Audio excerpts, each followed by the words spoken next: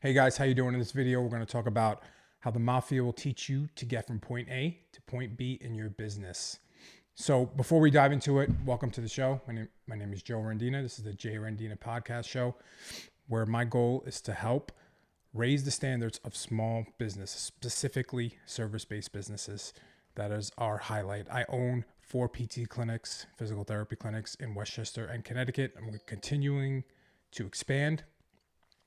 And our goal is really to make sure that we are delivering the best physical therapy practice and practices around. My goal personally now is shifting. I want to help business owners because I know what it takes. And I also know it sucks and it's lonely. So I'm trying to bring some knowledge to you. So if you like this content, please like, share, follow, spread the word, give it to a friend, especially someone who's thinking about opening a service-based business or who has one and is struggling, because we're going to give you points that can help you. So if you guys are like me, the mobster movies are one of your favorite movies. When I was a kid, I remember always watching them. We watched them on repeat, me and my friends, because we grew up in Brooklyn. We were in a predominantly Italian neighborhood, so these were like our Bible movies. One of my favorites was A Bronx Tale.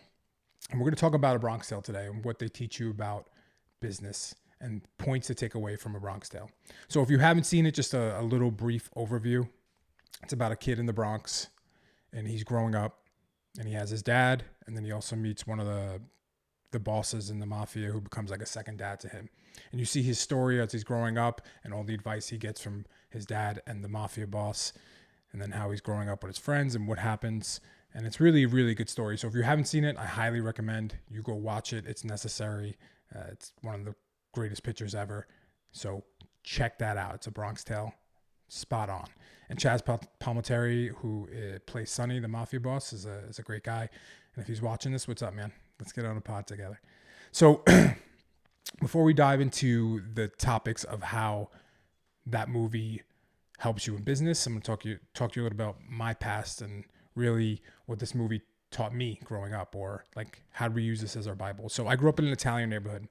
Now, what does that mean? So luckily for me, my neighborhood went through a gentrification. So we're going to talk about the two aspects of it. I think it's interesting because I learned a lot about business that way. But the first part was, when I was growing up, my neighborhood was predominantly Italian Americans. Now, the first thing was, usually people do not speak without an accent. My accent went away when I went to college, but my whole family talks with a Brooklyn accent. And if anyone knows what that is, it's very interesting. And I kind of wish sometimes I still had mine. Sometimes it happens when I drink a little bit. So it's an entire community. That accent is a part of the community, and it is an awesome thing. So if you ever hear it, that's a beautiful thing. But someone's from Brooklyn if they have that. You already know. There's an entire vibe around it, and the way they sound is very interesting. Now, we also always had people on the stoops. If you guys don't know what a stoop is, it's the stairs outside your house where people just hung out. Now, I remember when I grew up on my block, which was called Third Place, around the whole area, there was always people hanging out on the stoops. When we were kids, we would just go around and make friends. And then we knew everyone in the neighborhood. We could talk to the old Italian people who were on their stoops. And it was just like a community, like a big Italian community that was there. And I specifically remember that, like, oh, hey, I'm going down to this person's street or that block, and I'm going to go hang out on this stoop. I even remember when I was, I don't know, I had to be 10, 11. We used to hang out on one of my buddy's stoop, and that was like our hangout. We were badasses, just hanging out on the stoop, doing nothing. But the stoops really brought an essence to the community. And really, in all these old school Italian neighborhoods, the stoops were important because it was how you got to know what was going on in the community, and everyone had a watchful eye. It was like a really tight-knit community. Now, they also had in my neighborhood the old Italian American clubs. If you guys haven't seen that, these were all the old Italian men would go and hang out. They would grow their gardens of tomatoes and sun-dried tomatoes and flowers. And it was actually really nice. And they would play cards, and they would be on every block when I grew up. I remember seeing them and being like, oh, that's cool. These guys are just around hanging out. And most of them didn't even know English. So it was true Italian people hanging out there. So the best part about being in an Italian neighborhood was the food, and there's still some spots in my neighborhood that are old that have the best Italian food, where like a nonna is cooking it in the back. So if you want food recommendations in Brooklyn, let me know. I'll tell you about those. So that was one thing, one side of the avenue where I was growing up. was all these Italian Americans. And that was my influence, right? Now, also when I was growing up, my area was an area that was being gentrified. And I look at it now in retrospect and say, wow, like I lived through a gentrification. And that's an interesting aspect to know too, because now I could use that pattern recognition for the future. But a couple things I remember, like I was blessed. I had a diverse group of friends. I had my Brooklyn friends, and then I had my friends that weren't from there. So I got to have two sides of the aisle and really learning two different cultures. Now, when an area gets gentrified, one thing to notice is that the hangouts where all the neighborhood kids hang out, they go away. Cops come more. They put locks on the parks and stuff like that. And I specifically remember that growing up. That's what happened. Now, I think one of the restaurants that was there for 50 years recently just closed. It's a shame, but that does happen in a full gentrification area. Now, I'm saying this story to just give you a perspective that, like, hey, pattern recognition, and if you are living in these areas, is really important because that can also translate to your business growth as well. Now, I love the way I grew up, Brooklyn area, Italian area is key. It was a lot of fun, and I wouldn't be the person I am today without that. So, wasn't from the Bronx, but let's dive into a Bronx tale. One key line in a Bronx tale that has stuck with me ever since I was a kid was Mickey Mantle doesn't pay your bills. Now, I'm using this as a reference to business. And how are we going to relate that to business? So what's happening in the movie is one of the kids goes to the Mafia boss like, hey, I'm really upset about Mickey Mantle. He had a shitty game, blah, blah, blah, blah. And the boss goes, does Mickey Mantle doesn't pay your bills? And I was like, wow, that's a really, really good point. Because a lot of times we focus on others.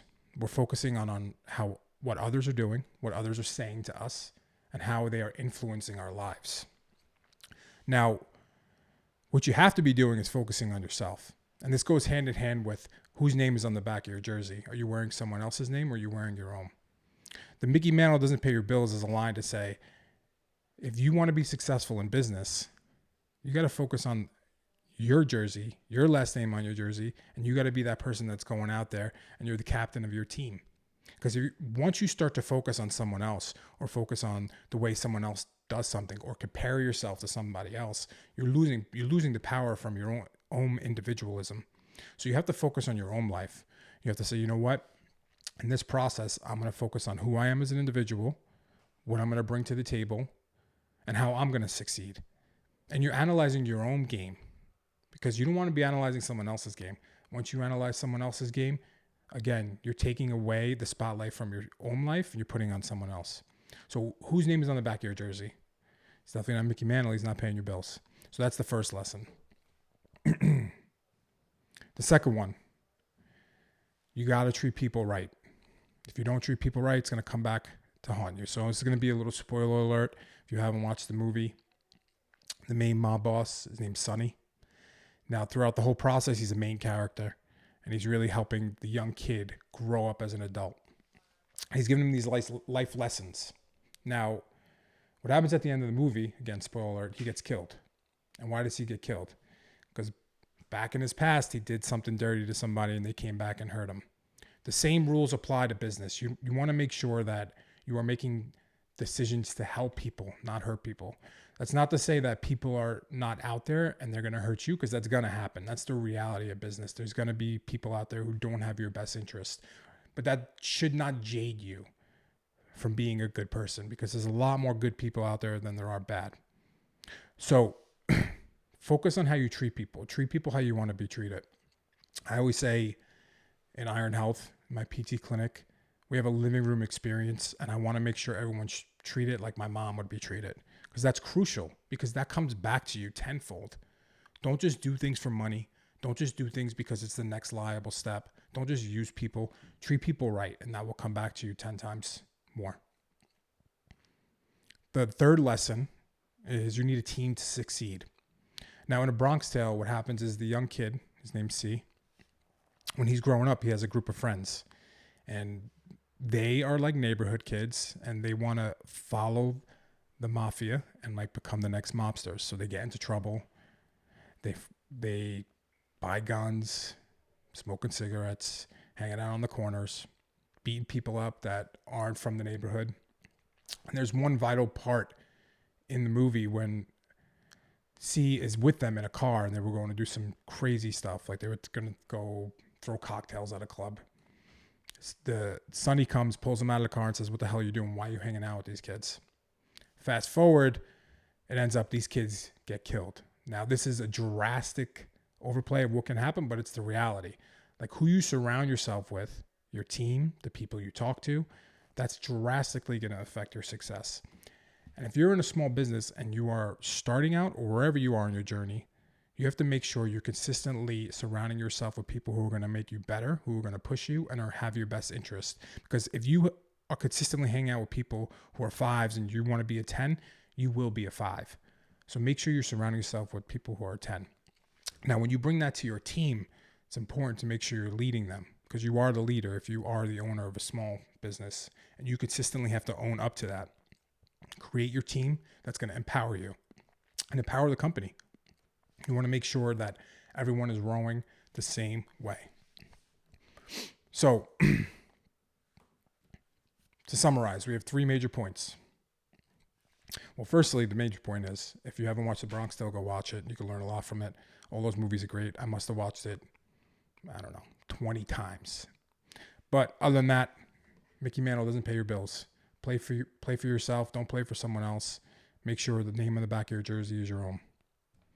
2, treat people right because it's going to come back to you. Karma is real. Don't just go out there to make a quick buck or do something that's going to push you ahead because it's the easiest route. 3, surround yourself with a solid team because without a team, you're not going to be successful. You need to make sure that you have people who are in line with your vision and they push you.